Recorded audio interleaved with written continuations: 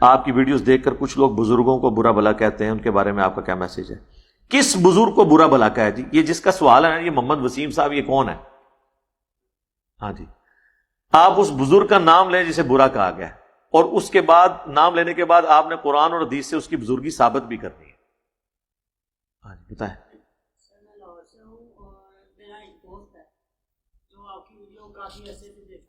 یہ تو باتیں فالتو ہوگی، میں نے یہ سوال ہی نہیں پوچھا، میں نے یہ پوچھا یہ بزرگ کون ہے جس کو وہ برا کہتا ہے، وہ بزرگ کون ہے؟ علی اجویری صاحب کو بزرگ قرآن میں کہیں لکھا ہوا ہے، حدیث میں لکھا ہوا ہے؟ تو مجھے آپ بتا دیں۔ لوگ بزرگ کہتے ہیں نا، تو گرو نانک بھی بزرگ ہیں۔ دیکھیں اس بات کو آپ مذاق کے طور پہ نہ لیں، یہ علمی ڈسکشن ہے۔ کسی شخص کا بزرگ ہونا لوگوں کی نظروں میں ہے نا۔ اگر کوئی کہتا ہے کہ پرانا ہو گیا تو بزرگ ہے، تو اشرف تھانوی بزرگ نہیں ہے؟ تو بریلوی تو کہتے ہیں اشرف تھانوی کافر ہے، اعلیٰ حضرت کا فتویٰ ہے حسام الرحمین میں۔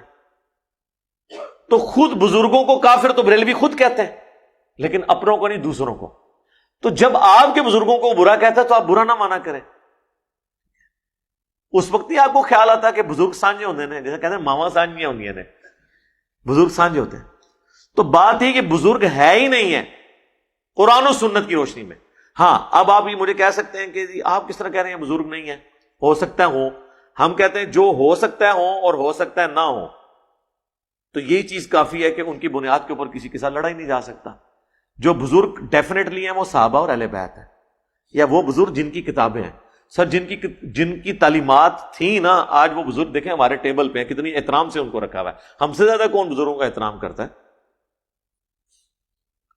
تو علی اجویری ہوں، معین الدین چشتی ہوں، اور جتنے جتنے بزرگ، یہ لوگوں نے ڈکلیئر کیا ہے نا بزرگ، قرآن و سنت میں کہیں آیا نہیں۔ پھر آپ کہیں گے انہوں نے کلمہ پڑھایا، ہم کہتے ہیں اگر کلمہ پڑھانا دلیل ہے تو ڈاکٹر ذاکر نائک نے ہزاروں ہندوؤں کو کلمہ پڑھایا ہے، تو بریلوی دیوبندی ڈاکٹر ذاکر نائک کو ولی اللہ کیوں نہیں مان رہے؟ ہاں تواڈے بابے دی کوئی ویڈیو نہیں کلمہ پڑھانے دی، ذاکر نائک دی ایسی ویڈیو نے کہ وہ مودی خبیث نے ان کو وہاں سے ملک بدر کر دیا اس وجہ سے کہ اتنے ہندو مسلمان ہو رہے تھے۔ تو سر بزرگ پھر ذاکر نائک نو کیوں نہ منیے؟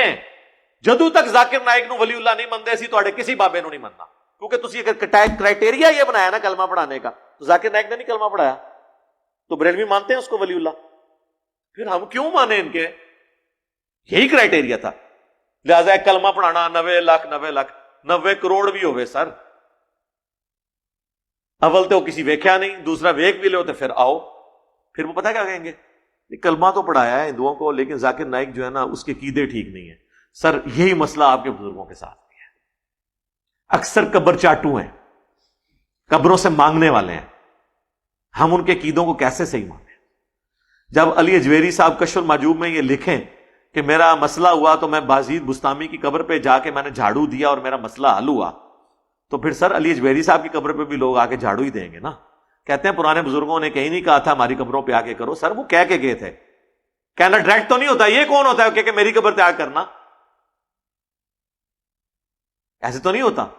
کسی بزرگ کو جج کرنے کا طریقہ ہے کہ اس کی جو کتاب ہے نا اس میں اس کی تعلیمات لکھی بھی ہوں گی، ورنہ تو کوئی شخص نہیں ہے نا، اس کا تعارف تو کوئی نہیں ہے۔ آپ پاکستان میں جیلم میں آپ کو ایک مزار دکھاتا ہوں، پوری زندگی وہ ننگا یہاں پھرتا رہا، جب مر گیا لوگوں نے اس کا مزار بنایا، سینکڑوں عورتیں وہاں جاتی ہیں مزار پہ، تو 1000 سال بعد تو یہ بھی کوئی نہ کوئی بابا ہوگا۔ تو پھر اس وقت جب کوئی اس زمانے کا انجینئر کہے گا کہ یار کیا دلیل ہے، دلیل پیش کرو، تو آپ پھر بتائیں گے جی ان کی یہ کتاب ہے، اگر کوئی کتاب ہوئی، ویسے نانگیاں دی کتابیں نہیں ہوں گی، اور جن کی کتابیں ہیں نا ان کتابوں میں وہ الفول چیزیں لکھی ہوئی ہیں کہ اس کے بعد تو حسن ظن قائم ہی نہیں رہتا۔ پھر کہتے ہیں نہیں کتابیں تھیں ان کی لیکن نہ وہ تبدیل ہو گئی۔ اچھا جن کی کتابیں ہی تبدیل ہو گئی، پھر تو کوئی پتہ نہیں کہ جو اس میں صحیح باتیں بھی لکھی ہیں وہ انہوں نے نہ کہی ہوں، وہ کسی نے ان کو بزرگ بنانے کے لیے ڈال دی ہو، اصل باتیں وہی ہوں جو غلط لکھی ہوئی ہیں اس میں، وہی ان کی تعلیمات ہوں، پھر تو یہ بھی ہو سکتا ہے۔ ہاں جن کی اتھینٹسٹی کر دی قرآن نے، جس طرح عیسیٰ ابن مریم کو اللہ تعالیٰ نے کہہ دیا وجیہاً فی الدنیا والآخرہ، اب پوری انسانیت بھی اکٹھی ہو کے کہنا کہ حضرت عیسیٰ ابن مریم کی تعلیمات غلط تھیں یا وہ خود غلط ہے، ہم نہیں مانیں گے، کیونکہ ان کے پیچھے قرآن اور سنت کھڑے ہیں، ان کو ویریفائی کرتی ہے۔ اب انبیاء کے، صحابہ، تابعین کے بعد قیامت تک آنے والے جو لوگ ہیں نا، بعد کے لوگ، ان کے بارے میں کوئی کیسے ڈیفائن کر سکتا ہے کہ بزرگ ہیں یا نہیں؟ لیکن ان تمام چیزوں کے باوجود کسی بزرگ جو مر چکا ہے اسے گالی گلوچ آپ نہ دیں، رہ گی غلطی وہ آپ ڈنکے کی چوٹ پہ ہائی لائٹ کریں گے۔ ان کی تو کوئی حیثیت ہی نہیں ہے۔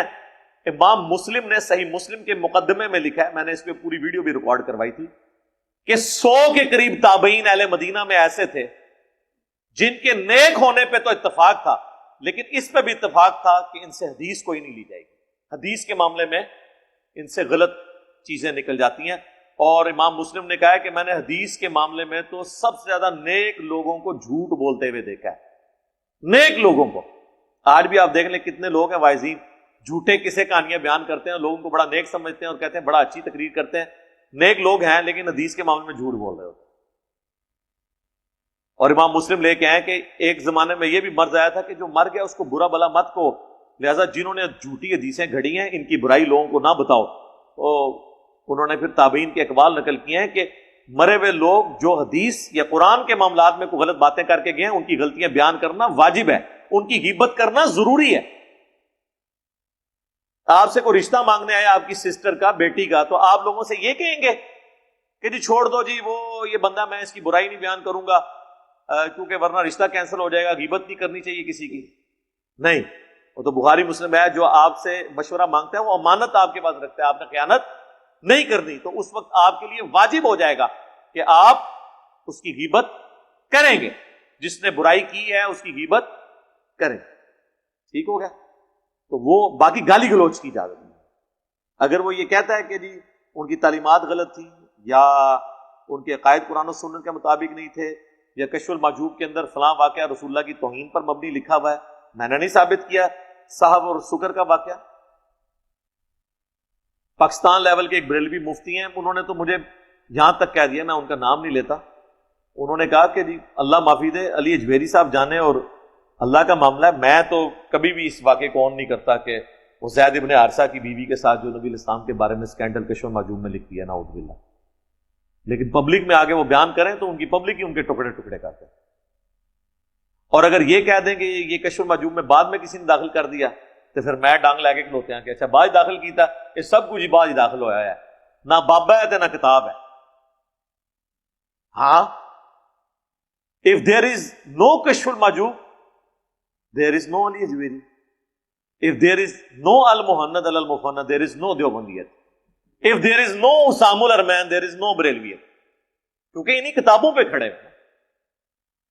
اچھا، یہ ساری باتیں کرنا ضروری ہیں۔ اب لوگ کہتے ہیں کہ جی اب اتنا ہارڈ سٹانس لینے کی کیا ضرورت ہے؟ سر یہ ہارڈ سٹانس لیا تو تائیں دنیا تبدیلی آئی ہے۔ قرآن دی اس تے 1400 سال تو موجود سی، ٹگے دے ٹگے ہی مار گئے، ساڈے ماں پیو بھی، انہوں دے ماں پیو بھی، انہوں دے ماں پیو بھی۔ یہ میں نے ایک محاورتاً بات کر رہا ہوں، ہمارے باپ اجداد تو اس طرح ہی مر گئے، کتابیں تو موجود تھیں، میں نے کوئی آ کے ایسی آیت تو نہیں قرآن سے نکال کے آپ کو بتائی جو پہلے قرآن میں نہیں تھی، نہ کوئی اس کا ایسا ترجمہ بیان کیا ہے جو علماء نے آلریڈی نہیں کیا ہوا تھا، لیکن صرف آپ کا دماغ کھولا کہ یار سوچو، خدا کے لیے جانور نہ بنو، انسان بنو، دیکھو یار اللہ کے بندو، سیریس لو اس ایشو کو۔ علی بھائی بریلویوں کی کتاب حشر بہشت میں چشتی رسول اللہ نعوذ باللہ لکھا ہے، میں نے ایک بریلوی کو کہا تو اس نے کہا کہ مجھے ریفرنس چاہیے، میں نے بازار سے بک لیکن اس میں پورا چھان بین کی لیکن چشتی رسول اللہ نہیں ملا، وہ اب نکال دیا نا جس میں میری ویڈیو ریکارڈ ہوئی ہے نا، بریلویوں کو مبارک۔ باقی یہ ہے کہ ہم نے وہ پرانی سنبھال کے رکھی ہوئی ہے سر۔ ہاں، یہ کس کا سوال ہے؟ چشتی رسول اللہ والا ان کو نہیں ملا والا، وہ یہاں پڑی ہوئی ہے، اینڈ پہ کسی کو تصویر لینی ہے تو لے لیں۔ ایڈا میں پیٹنا پیٹ سے آپ پایا انہوں نے کاٹ ہی دیتا ہے الحمدللہ، لیکن اس سے چھٹکارا یہ آج کے لوگوں کا ہوگا، پرانوں کا نہیں ہوگا، وہ نہیں بچتے نا، ہوتے ہی ہے۔